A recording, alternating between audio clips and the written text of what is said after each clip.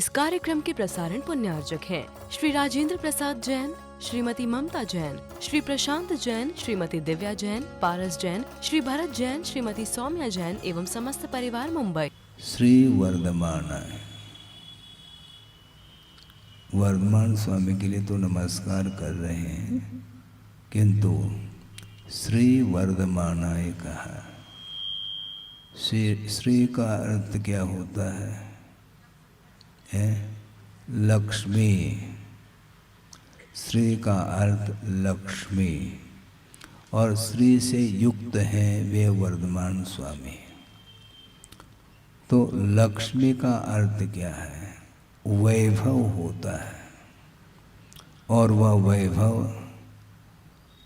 बहिरंग लक्ष्मी के रूप में और अंतरंग लक्ष्मी के रूप में अर्थ को लेकर के वह पद जोड़ा गया। तीर्थंकर जो होते हैं वे वैभव संपन्न होते हैं। दीक्षित होने के पूर्व में भी उनके पास वैभव जो रहता है वह अन्यत्र उस क्वालिटी का वैभव देखने को नहीं मिलता। सौधर्म इंद्र के पास वैभव कम नहीं है, किंतु तीर्थंकर की तुलना में उनका वैभव भी फीका पड़ जाता है। और वो दीक्षित होने के उपरांत साधना के बल पर पूर्णतः मोहनी कर्म का जब अभाव हो जाता है तो समोशरण की रचना होती है। केवल ज्ञान प्रकट हुआ है, इसलिए केवल ज्ञान होने के उपरांत वे तीर्थंकर केवली माने जाते हैं। एक सामान्य केवली और एक तीर्थंकर केवली। सामान्य केवली के पास भी केवल ज्ञान विद्यमान है और तीर्थंकर के पास भी केवल ज्ञान विद्यमान है। केवल ज्ञान की दृष्टि से कोई भी अंतर देखने को नहीं मिलता। केवल ज्ञान के माध्यम से पूरा का पूरा जो विश्व है उनके ज्ञान में अवतरित हो रहा है। इसके बाद भी सामान्य केवली की समोशरण की रचना नहीं होती, जबकि तीर्थंकर केवली के लिए समोशन की रचना होती है। ये बहिरंग लक्ष्मी के रूप में स्वीकारा है। इसके उपरांत भी प्रभु की दृष्टि समोशरण की ओर नहीं है। ये मेरा समोशरण है। इंद्र की आज्ञा से, सौधर्म इंद्र की आज्ञा से कुबेर ने रचना की है समोशरण की। इसका मैं स्वामी हूँ। वह किसी के स्वामी नहीं है। आप मान लो, ये अलग विषय है। वह जगत पूज है, तीन लोक के नाथ बने हैं, तीन लोक के स्वामी हैं, ऐसा हम कह रहे हैं। वे स्वामित्व का अनुभव उन्हें नहीं हो रहा है। आप ही कह रहे हैं प्रभु आप हमारे स्वामी हैं,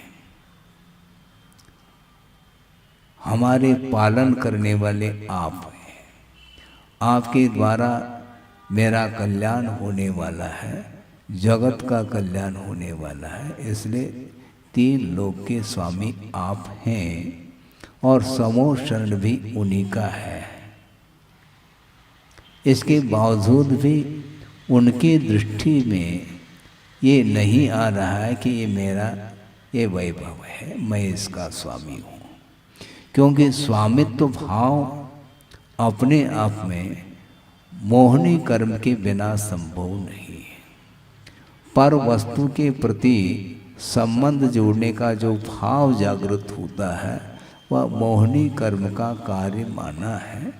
मैं इसका स्वामी हूँ, मैं इसका भोक्ता हूँ, मैं इसका करता हूँ। ये सारे सारे टाइटल जो लग रहे हैं ये मोहनी कर्म के ही एक परिपाक के रूप में है। मोहनी कर्म का संपूर्ण अभाव होने के उपरांत जिन्हें केवल ज्ञान उत्पन्न हुआ है और तीर्थंकर प्रकृति का उदय हुआ है, उसका परिपाक है, वह समोषण की रचना हुई है। इसके बावजूद भी उनकी दृष्टि किस ओर है? दृष्टि नासा पे धरे न आशा पे धरे। उनकी दृष्टि किसी की ओर नहीं, उनके अंदर आशा नहीं पल रही है। उनकी दृष्टि नासा के अग्रभाग पर टिकी हुई है। दिव्य शरीर उनका है, हम मान रहे हैं, किंतु वो कहते ये मेरा शरीर नहीं है, क्योंकि ये पौद्गलिक है। औदारिक शरीर नामकरण के उदय से शरीर की रचना होती है, किंतु आत्मा के साथ इसका क्या संबंध है? इसका स्वरूप भिन्न है, मेरा स्वरूप भिन्न है। इस प्रकार उनकी दृष्टि बनी हुई है। दिव्य शरीर की ओर भी उनकी दृष्टि नहीं जाती है। उस प्रकार का दिव्य शरीर किसी को भी उपलब्ध नहीं है, ये भी उनके ज्ञान में है। इसलिए वह किसी को भी नहीं देखते हैं, क्योंकि किसी को देखेंगे फिर तुलना का सवाल उठता है। कंपैरिजन जिसको बोलते हैं आप, तुलनात्मक दृष्टि तभी बनती है जब वह किसी न किसी वस्तु के साथ वह संबंध जोड़ देता है। एक ही वस्तु है तो उसमें तुलना नहीं हो सकती है। और समोषण में सारे लोग बैठे हैं, उनके शरीर के साथ और अपने शरीर के साथ तुलना करेंगे तब उसमें हीनादिकता देखने में आ सकती है, आती है। और ये सारा विषय बिना मोहनी कर्म के संभव नहीं है। इसलिए वो अपने दृष्टि को एकाग्र करके बैठे हैं। वैभव यह बहिरंग लक्ष्मी है, अंतरंग नहीं। और बहिरंग लक्ष्मी हमेशा नश्वर हुआ करती है, शाश्वत नहीं है वो लक्ष्मी। क्योंकि जिस समय निर्वाण को प्राप्त करते हैं उसके पूर्व में ही समोषण का विलय हो जाता है, समोषण बिखर जाता है। क्यों बिखरा? वो ही चले गए, उसका कोई दूसरा स्वामी हो जाए नहीं। चक्रवर्ती की जो संपदा है, जब तक चक्रवर्ती है तब तक उसकी संपदा उसके साथ चल रही है। किंतु चक्रवर्ती मान लो मोक्ष को प्राप्त कर गए तो 84 लाख हाथी कहाँ रहेंगे? उसका स्वामी कौन रहेगा? 84 लाख व्यक्ति आ जाए, एक एक हाथी लेकर के चले जाए। 18 करोड़ घोड़े हैं, इतने लोग आ जाए, एक एक घोड़े जो है ना, और इतने रथ है। यहाँ पर 7 रथ चल रहे हैं, बताते हैं 18 करोड़ रथ हैं। उसका स्वामी कौन है? जो स्वामी नहीं है वह संपदा वह किसी की नहीं रहेगी। तो उसी प्रकार जब निर्वाण का लाभ होता है प्रभु को, उस समय वह समोषण सारा बिखर जाता है। और निर्वाण होने के तत्क्षण ही वह उनका दिव्य शरीर भी इसी आकाश में, वातावरण में वह विलीन हो जाता है। सारे परमाणु बिखर जाते हैं। वो उतने परमाणु थे, इस प्रकार भक्ति करने वाले कह रहे हैं, किंतु वह परमाणु भी शाश्वत नहीं है। और वह सारे परमाणु सामान्य हो गए। वह किसी के द्वारा वह वर्णाएं ग्रहित हो सकती हैं, इसमें कोई बाधा नहीं है। उनके पुण्य के उदय से उस प्रकार की शरीर की रचना हुई थी। और वह शरीर नाम कर्म का अभाव हो जाता है तो वह जो शरीर जिसकी रचना हुई थी वह भी बिखर जाता है। ये बिखरने वाला ये पदार्थ है, पौद्गलिक वस्तु, उसके प्रति किसी भी प्रकार से राग और द्वेष का भाव नहीं आना चाहिए। अंतरंग लक्ष्मी वह शाश्वत है जो कि अनंत चतुष्टय के रूप में स्वीकारा है। अनंत ज्ञान, अनंत दर्शन, अनंत सुख और अनंत वीर के रूप में स्वीकारा है। आपके पास कितनी शक्ति है। जवानी में शक्ति रहती है और बुढ़ापे में अब शक्ति नहीं महाराज। हाथ पैर काम नहीं कर रहे महाराज। जिस समय हाथ पैर काम करते थे उस समय उसका उपयोग नहीं किया। अब उठने बैठने की क्षमता नहीं है। और वर्णी जी थे, गणेश प्रसाद जी वर्णी, उन्होंने छड़ाला में जो एक पंक्ति आती है उसका बहुत अच्छा अर्थ निकाला है कि बालपने में ज्ञान न लहो और तरुण समय तरुणी रत रही और अर्ध मृतक सम बूढ़ापनो कैसे लख्यो कैसे रूप लख्य आपनो। अब सोचो जो वृद्ध अवस्था बुढ़ापा, उस अवस्था में अर्ध मृतक सम कहा, इसका बहुत अच्छा अर्थ निकाला था उन्होंने। अर्ध मृतक का अर्थ है कि बुढ़ापे में दो व्यक्ति उठाते हैं बिठाते हैं, इसलिए वह आधा मृतक है। और पूरा मृतक हो जाए तो 4 व्यक्ति की आवश्यकता पड़ती, इसलिए वह आधा दो व्यक्ति उठा रहे हैं बिठा रहे हैं। और पूरी तरह से मृतक हो जाएगा तो 2 व्यक्ति से उठेगा नहीं, वो उसको 4 व्यक्ति चाहिए। सोचो विचार करो। इसके बाद भी उसकी वृत्ति, उसकी तृष्णा, उसकी आशा समाप्त नहीं हो रही है। सारे इंद्रियां शिथिल हो चुकी हैं, पूरा शरीर जर्जर हो रहा है, किंतु मन जर्जर नहीं हो रहा है। अभी भी वह वंश मोर कहता है, यहाँ तक कि वह निदान के माध्यम से भविष्य में भी इसी प्रकार की संपदा और वैभव प्राप्त हो, इस प्रकार का भाव रखता है। इसलिए उसकी आशा टूटती नहीं, भवांतर में भी वह आशा बनी रहती है, भवांतर में भी स्नेह बना हुआ रहता है। इसलिए जिस व्यक्ति के साथ जिसका जितना प्रगाढ़ संबंध है, वह व्यक्ति भवांतर में जाकर के उसी व्यक्ति के साथ उसका संयोग हो जाता है। क्यों होता है संयोग? संयोग एक में नहीं होता, 2 में संयोग होता है और उसी व्यक्ति के साथ संबंध जुड़ रहा है, क्योंकि वह अतीत के ये ऐसे संस्कार हैं जिसको स्नेह बोलते हैं। स्नेह का अर्थ है चिकनाहट। हाँ सुनो, परमात्मा हम बाद में कहेंगे, वह चिकनाहट के द्वारा ही वह प्रमाद होता है। चिकनाहट स्निग्ध रूक्षत्वाद बंधः। स्निग्धत्व और रूक्षत्व ये गुण ऐसे हैं पुद्गल में जिसके माध्यम से एक परमाणु दूसरे परमाणु के साथ संबंध को प्राप्त हो जाता है। इसको बंध बोलते हैं और बंध ही संबंध माना जाता है। और संबंध एक में थोड़ी होता है, 2 में संबंध होता है। लगता है ये पृथक बैठे हैं, हमारी दृष्टि से वो सारे पृथक हैं, किंतु एक दूसरे के साथ उनका अटैचमेंट रहता है। तभी तो पति पत्नी का संबंध, और पति का अर्थ ही स्वामी। स्वामी की चर्चा भी हो ही रही थी, वो उसका स्वामी है वो। और जहां पर स्वामित्व भाव आ गया, वह पृथक भी क्यों ना हो, उस वस्तु के साथ, उस व्यक्ति के साथ उसका प्रगाढ़ संबंध रहता है। राग का संबंध इसी को बोलते हैं। एक बहुत अच्छा हाइकू आपके सामने रख रहा हूं जो गुरुदेव ने दिया है।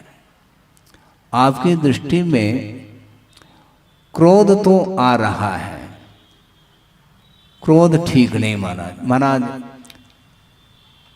इस लड़के को थोड़ा समझाओ आप, क्यों? तो बहुत क्रोध करता है। अच्छा है, हम तो नहीं करते क्रोध महाराज, ये तो क्रोध करता है। अच्छा आप लोभ नहीं करते? हाँ लोभ तो कर, मतलब लोभ कषाय नहीं है, मात्र क्रोध ही कषाय है। 25 कषाय गिन करके तो दिखाओ कम से कम। क्रोध को कषाय मानोगे और अन्य जितने भी वो कषाय नहीं है क्या?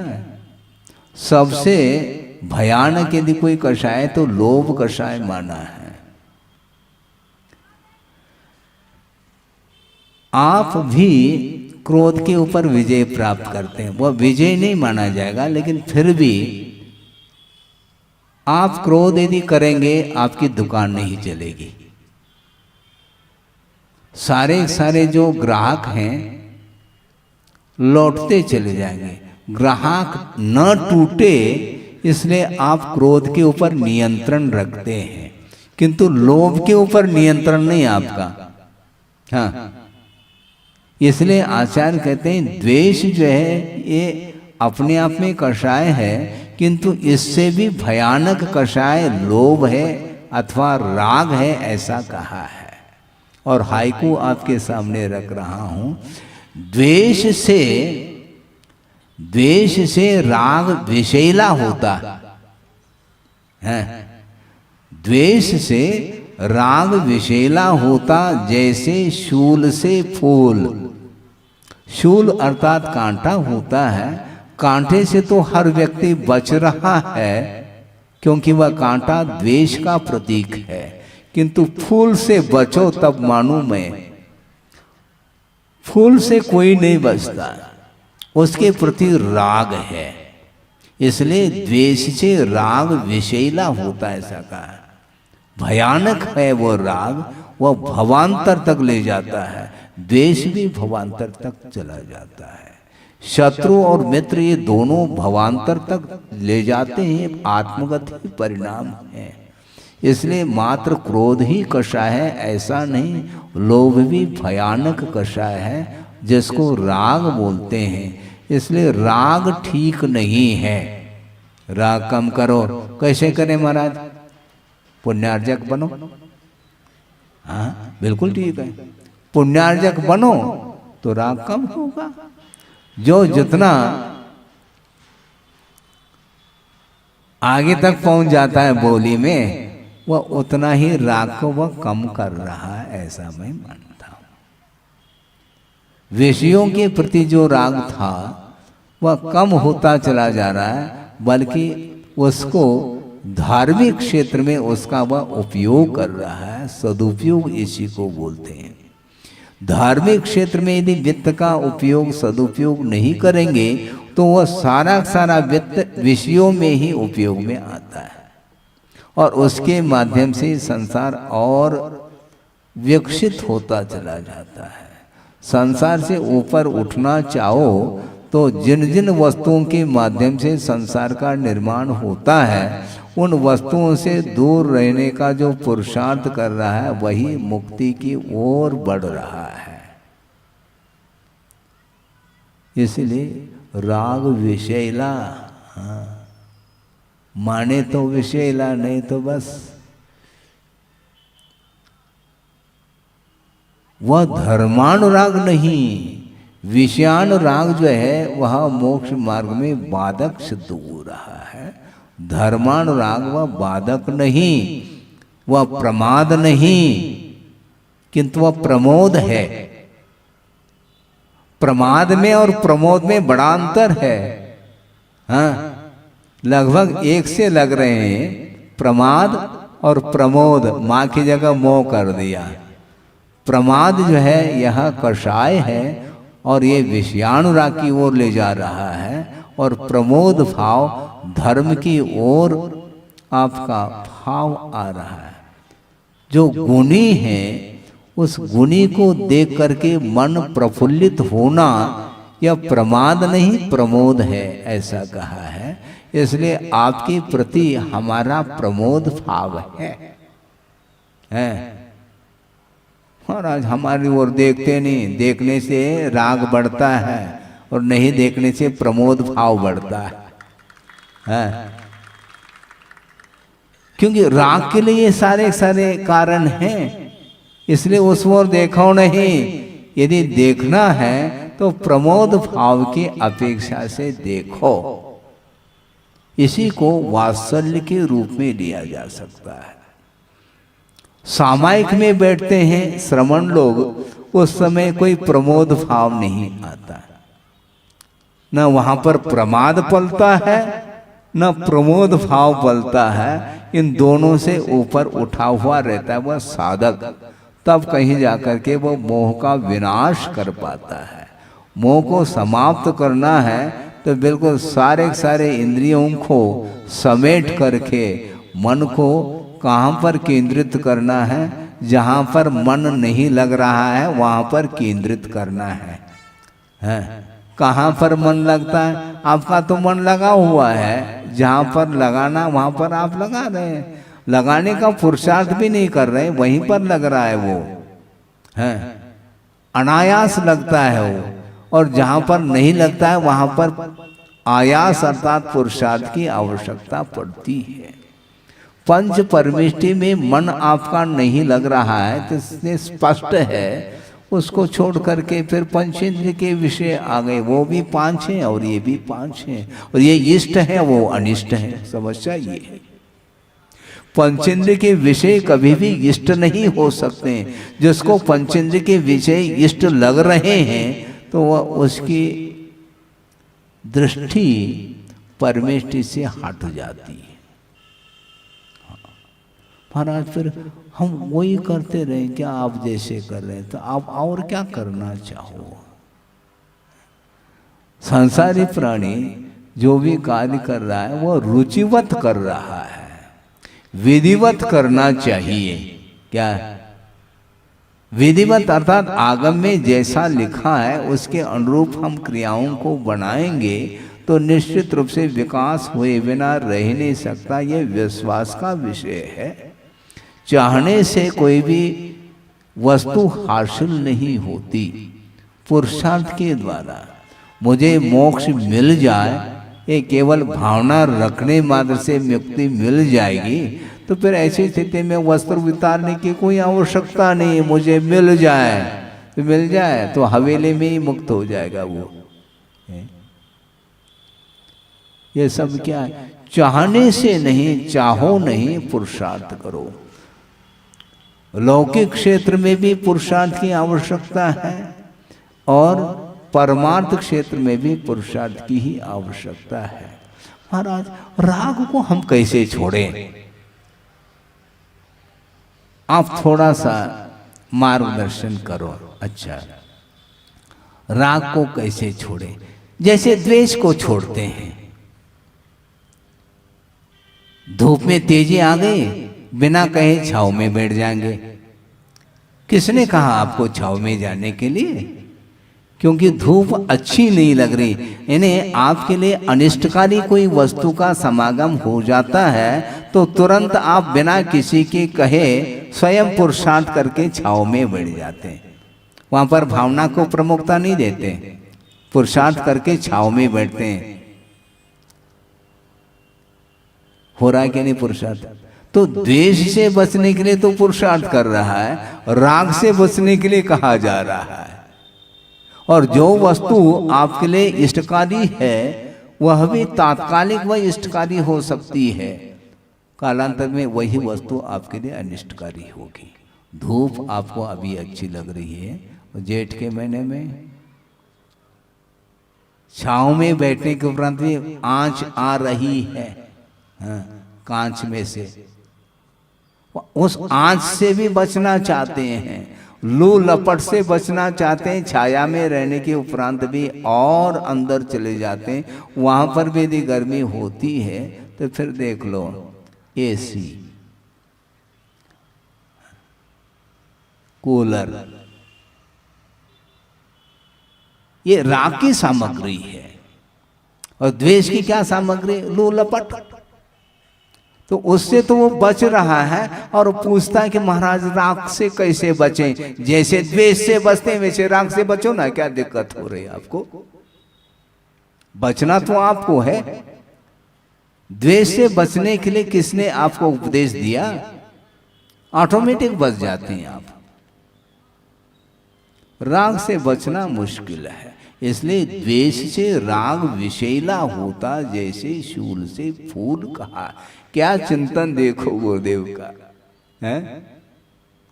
इसको बोलते हैं वस्तु तत्व का समागम होता है, उसमें इष्टानिष्ट की परिकल्पना हम कर लेते हैं। न वस्तु इष्ट है न वस्तु अनिष्ट है, हमारी दृष्टि में इष्टानिष्ट है।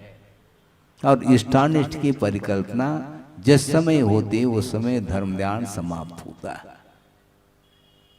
इसलिए राग को छोड़ना चाहिए, किंतु विषयान राग से आपको बचना है और धर्माण राग करना है। धर्म के प्रति अनुराग जिसका हो रहा है वह धीरे धीरे प्रमाद से भी ऊपर उठ रहा है। प्रमाद में और प्रमोद में बड़ा अंतर देखने को मिल रहा है। प्रमोद भाव यह वात्सल्य का प्रतीक है, ये बहुमान का प्रतीक है। जो गुणी व्यक्ति उनको देख करके उठ करके खड़ा होना, हाथ जोड़ना, ये प्रमोद भाव है, बहुमान है, क्योंकि वह गुणी है और मेरे अंदर गुण नहीं है। इसलिए मुझे गुण प्राप्त करना है तो उनके चरणों में झुक जाओ। झुका रहा अपना माथा, विषयों के सामने नहीं। कहाँ झुकाना है? जहाँ झुकाना चाहिए वहीं झुकाना है।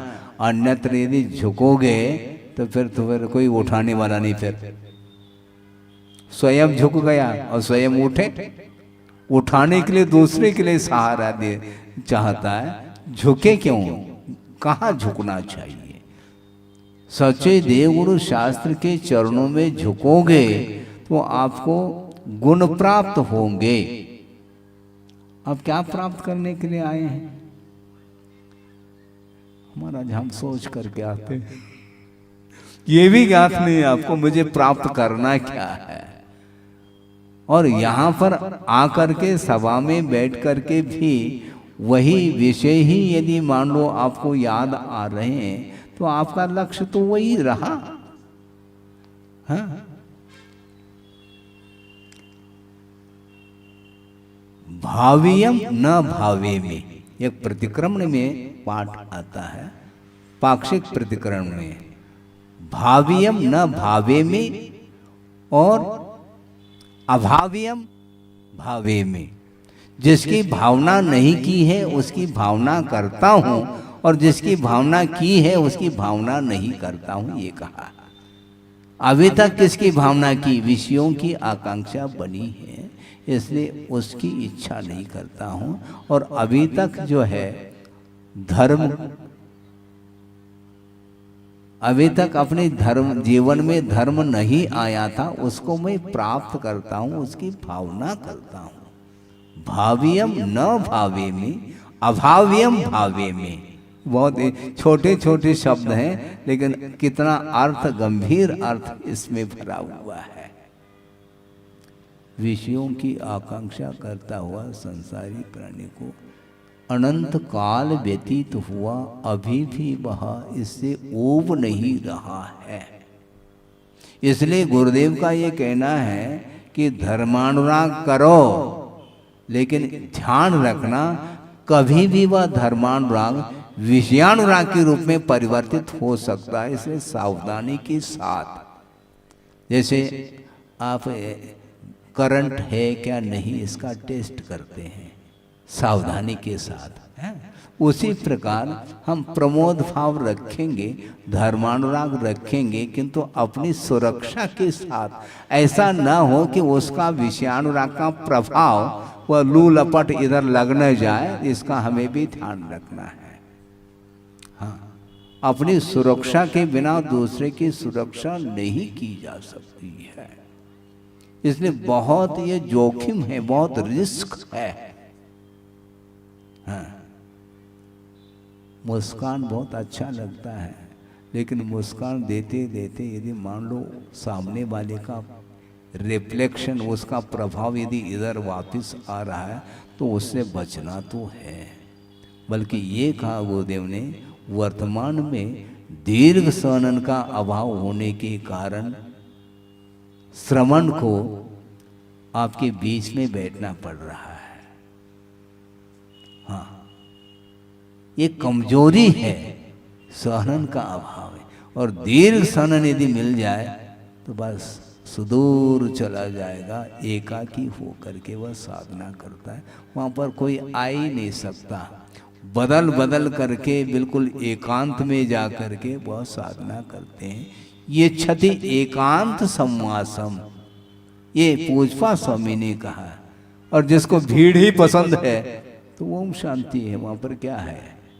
ये क्षति एकांत संवासम निर्जने जनितादर, निर्जन स्थान में जिसका आदर भाव प्रकट हो रहा है। और जिसको भीड़ में आदर है तो भीड़ ही पसंद। किंतु जो साधक होता है उसको भीड़ पसंद नहीं, किंतु नीड में रहना चाहता है, वह भीतर पहुंचना चाहता है। उसको भीड़ डिस्टर्ब करता है, लेकिन कर क्या सकते हैं? क्योंकि वहां पर जाकर के साधना करने की क्षमता नहीं है वन्य पशुओं के बीच में। लेकिन अब क्या कर सकते हैं? रहो, क्योंकि पंचम काल में दीर्घ सहनन नहीं होने के कारण यथाशक्ति साधना करने के लिए आगम की और गुरुओं की आज्ञा है। इसलिए वह संग में रह करके साधना करता है, एकाकी हो करके नहीं कर सकता। लेकिन संग में रह करके भी एकत्व की अनुभूति वह कर सकता है। संग में रहो अर्थात व्यवहार प्रवृत्ति में एक दूसरे के दृष्टि से पूरक बन करके रहना है, एक दूसरे के सहयोग की अपेक्षा से। लेकिन हमेशा एक दूसरे के सहयोगी लेते रहो। वैयावृत्ति के समय पर वैयावृत्ति है, अनावश्यक नहीं। कई लोग आते हैं, महाराज आप वैयावृत्ति क्यों नहीं कराते? उनको मैं ये कहता, भैया तुम दवाई लेते हो? नहीं। क्यों? स्वस्थ हो। तो मैं भी स्वस्थ हूं ना, वैयावृत्ति की क्या आवश्यकता? अस्वस्थ हो जाओ तो आ जाना, अपने आप मालूम पड़ जाएगा कि महाराज प्रवचन में नहीं बैठ रहे हैं, इसका अर्थ अस्वस्थ हो गए होंगे। चलो वैयावृत्ति करते तो करो। इधर घंटों घंटों तक प्रवचन भी हम दें और अपने आप को हम अस्वस्थ माने, गलत बात नहीं। औषधि का प्रयोग रुग्ण अवस्था में ही संभव है, स्वस्थ अवस्था में उसकी क्या आवश्यकता है? तो उसी प्रकार यहां पर यह स्थिति है कि राग को कम करने के लिए कहा। राग अपने आप में वह भी शत्रु है, विषयान राग के लिए कहा। इसलिए धर्मान राग भी कितना सावधानी के साथ। दवाई ले, पत्ते लेने के लिए कहा महाराज। अच्छा, वो स्वयं वैद्य बन करके आते हैं दाता लोग, महाराज ये औषधि है। अच्छा, आपने कहा पूर्णायु से लाए क्या? कहां से लाए बताओ? और एक कटोरे भर करके ले आया। एक एक कटोरे दवाई लेंगे। चटनी वो चाटना होता है, एक एक कटोरे भर चटनी नहीं होती, चटनी हो जाएगी उसकी। चटनी का अर्थ क्या है? केवल भोजन भीतर नहीं उतर रहा है, इसलिए उसके लिए टेस्ट के लिए वह है, बस वो भोजन नहीं है। उसी प्रकार पत्ती का पालन करने के लिए कहा है तो अनुपात होना चाहिए, मात्रा मासी। मात्रा जो है अनुपात से होना, अनुपात नहीं बिना अनुपात के कैसे? भोजन का भी अनुपात रखो और ये भी अनुपात रखो, ओवर नहीं होना चाहिए। उसी प्रकार किसी को मान लो उपदेश देना है, हित के अपेक्षा से थोड़ा दे दिया, किंतु उस व्यक्ति के प्रति अटैच नहीं होना चाहिए। जब हमने अटैची छोड़ दी, वो अटैच क्यों रखे हम किसी से? आप रखना चाहो तो आपकी मर्जी, आपके लिए आशीर्वाद है, किंतु मैं क्यों जुड़ूं आपसे? क्योंकि आपको धर्म से जुड़ना है और अपने पास धर्म है, हम धर्म से जुड़े भी हैं और उससे हम बाहर नहीं आना चाहते हैं। दूसरे का हित हो, इस कल्याण की दृष्टि से, हित की दृष्टि से थोड़े बहुत उपदेश अधिक देने की आज्ञा है, इसलिए उस आज्ञा का पालन कर रहे हैं। झुकाव नहीं रहेगा।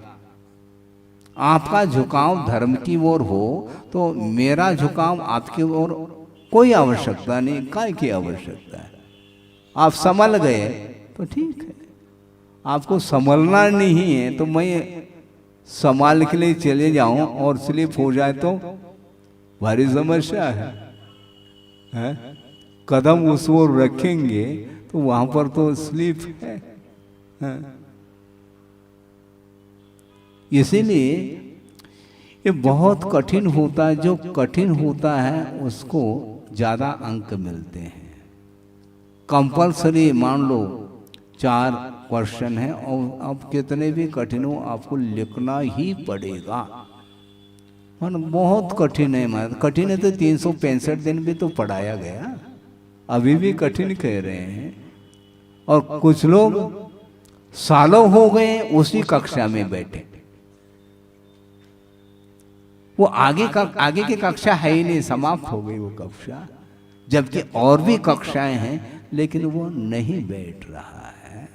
और उसमें भी ज़्यादा विकल्प हम इसलिए नहीं करते क्योंकि आगम में भी कहा है योग्योपादान योग्य न, उनकी उतनी योग्यता हो सकती है, कोई बात नहीं, उनके लिए भी आशीर्वाद।